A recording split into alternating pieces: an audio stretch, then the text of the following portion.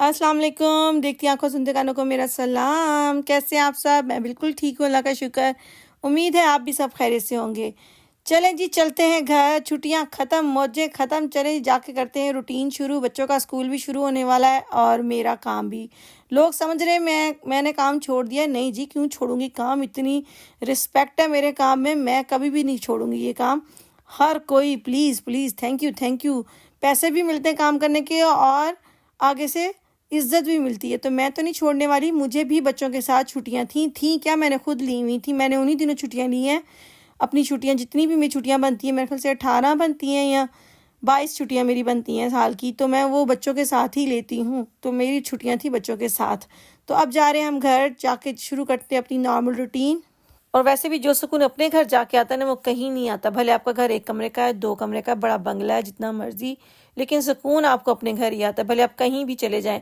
और वैसे भी मेरे मियाँ पता क्या कहते हैं, अच्छी बात ही नहीं है तुम जो 15-15 दिन बच्चे लेके चली जाती हो ना बहन के घर रहने। यूरोप में कोई किसी के घर इतने इतने दिन नहीं रहता, ज़्यादा से ज़्यादा 1 रात 2 रात बस। अब बंदा 6 घंटे की जो है वो सफ़र करके आए और 2 दिन बाद चला जाए, ये कैसे पॉसिबल है? मेरे मियाँ बड़ा गुस्सा होते हैं, कहते आसपास वालों को भी तंग करो, इतने सारे बच्चे, और हम तो दोनों बहनें इकट्ठी चली गई।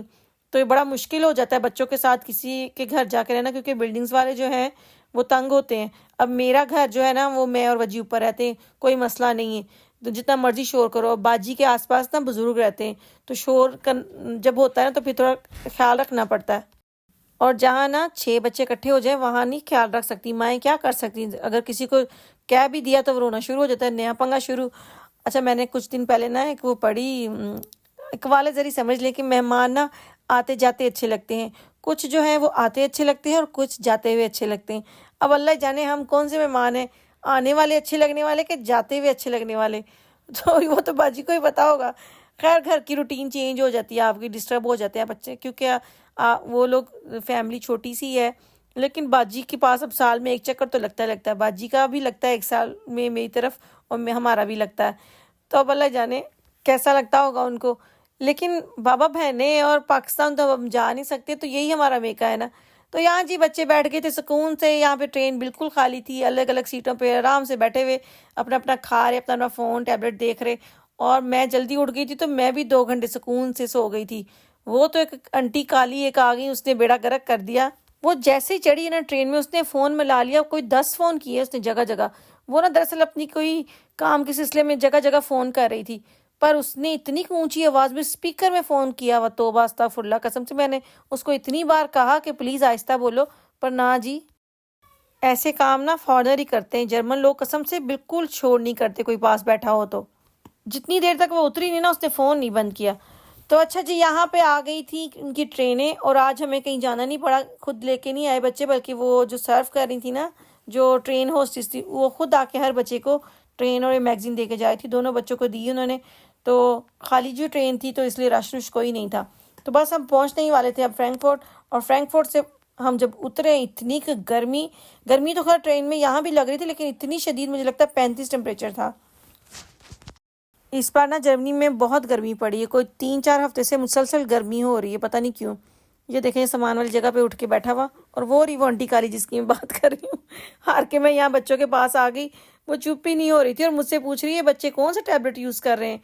वो सारे रास्ते स्पीकर पे बात करती हुई आई है। चलो, खुद तो ऊंचा बोल रही थी, आगे से स्पीकर कोई था नहीं ना दरअसल। अगर तो कोई और जर्मन यहाँ पे होता ना, उसने इसकी अच्छी खासी क्लास ले रही थी।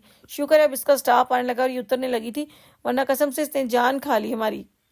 तो यहाँ जी हम लोग भी फ्रैंकफर्ट उतर गए थे। ये देखें, मैंने ना आज तक देखा ही नहीं कभी इतने गौर से। दरअसल पहले कभी ना वीडियो बनाई ना तस्वीरें खींची, लेकिन ये तो अच्छा खासा प्यारा बना हुआ है फ्रैंकफर्ट। मैं हज़ारों दफ़ा आ चुकी हूँ यहाँ फ्रैंकफर्ट। 9 साल में मुझे लगता है मैं कोई 50 दफ़ा यहाँ आ चुकी हूँ, लेकिन कभी गौर से देखा ही नहीं है। तो आज वीडियो बना रही हूँ, तो आज मैंने देखा है। खैर, हम लोग बच्चों को लेके यहाँ आ गए थे बर्गर किंग, क्योंकि गर्मी बहुत ज़्यादा थी। दिल कर रहा था कुछ ठंडा पीने को, लेकिन इतनी लंबी लाइन थी। लेकिन फिर भी हम लोगों ने ये ऑनलाइन यहाँ से करवाया ऑर्डर, और यहाँ पे सिर्फ यहीं से ऑर्डर कर सकते थे। उनके पास सर्विस ही नहीं थी कि आप बाहर में पैसे दे सकें, मतलब नकद पैसे दे सकें। कार्ड के थ्रू आप पे कर सकते हैं, और यहाँ से आपने जो है वो बिल जो है अपना ऑर्डर जो है वो कंफर्म करना है, और यहीं से आप पे करके अगर किसी के पास पैसे नहीं है तो वो यहाँ से कुछ नहीं ले सकता। खैर लेकिन यहाँ पे स्टेशन पे बहुत सारे बने हुए, मैकडॉनल्ड्स भी था और भी बहुत सा, बल्कि ये सारा मॉल सा बना हुआ था और सिर्फ खाने पीने की चीज़ें थी। तो यहाँ से बच्चों को लेके दिया खाने पीने के लिए कुछ, क्योंकि टाइम अभी हमारे पास सिर्फ 15 से 20 मिनट था अगली ट्रेन का। फिर इनको छोड़ा इनकी मासी के पास, क्योंकि पारसा और मासी जो है वो सामान के पास रुकी हुई थी, और ख़ुद मैं लेने गई वो जो इन शहरों की वो बिल्डिंग्स बनी होती हैं और आप फ्रिज पे लगा सकते हैं मकनातीस वाला। मैं आपसे शेयर करूँगी, मैंने फ्रिज पे बहुत सारी लगाई हुई हैं, वो मैंने लेना था, वो भाग के फिर मैंने वो लिया, क्योंकि अब मुझे शौक चढ़ा हुआ है नया नया।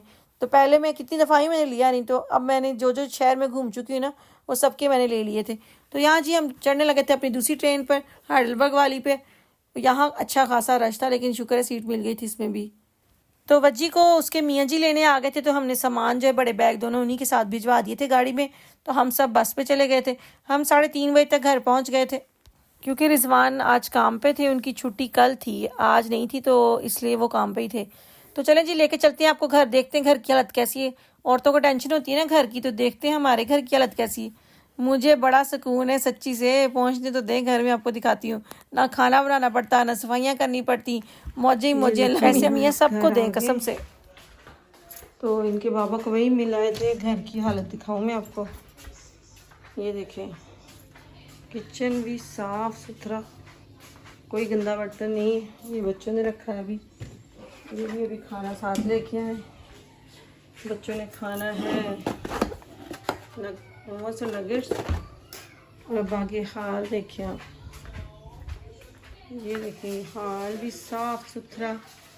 ये पारसा मैडम खाना खा रही है अभी, कोई गंद नहीं। और 2 पंखे रखे हैं। हाँ जी हाँ जी, यहाँ भी सब साफ सुथरा। बाथ भी साफ है, बिल्कुल चमक रहा। और बच्चों का कमरा भी, और बाबा का कमरा भी बाजी। मतलब कि सब कुछ साफ है, मुझे कोई सफाई करनी नहीं पड़ेगी। वो जैसे औरतें आती हैं तो घर में आके झाड़ू पकड़े, मुझे कोई ज़रूरत नहीं पड़ती। हमेशा मेरा घर ना बिल्कुल साफ सुथरा होता है।